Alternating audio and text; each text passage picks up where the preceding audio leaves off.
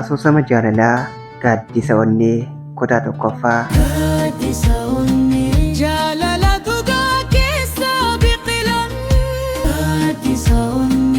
Wal arguun hin eegamne. Bariin guyyaa keessa bareedaa ture. Aduu keessa baatee magaalaa Ciroo keessatti ifaa warqee fakkaatu facaasaa turte. Faayizaan amala gaarii fi bareedina uumamaa qabdu turte. Guyyaa sana hojii irraa gara manatti deebi'aa osoo jirtu tasuma kitaaba harkaa qabdu lafatti irraa kufe. Dargaggoon tokko saffisaan itti dhiyaatee kitaaba san kaasee isheef kenne. Kun kan keedha jechuun ija keessaa ilaaleem. Faayizaan yeroo jalqabaaf ija ishee keessaa yeroo ilaaltu onneen ishee akka waan yeroo muraasaaf dhaabbatetti itti dhagahame. Eeyyeen galatoomi jechuun deebifteem. Sagaleen ishee xiqqoo hollataa tureem.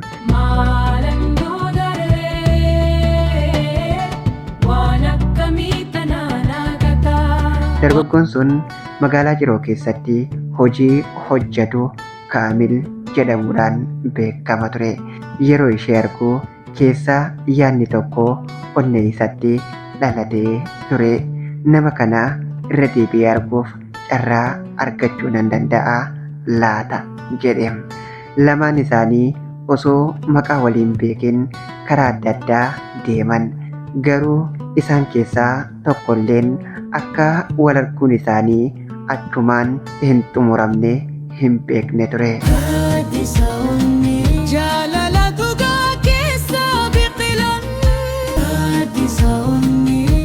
Asoosama jaalalaa gaaddisa onnee kutaa tokkoffaa. Asoosamichi yoo isinitti tole laayik, sheer, koppiliinkii jechuu hin dagatinaadha. Hanga kutaa lammaffaadhaan walitti deebinuu nagaan turaa.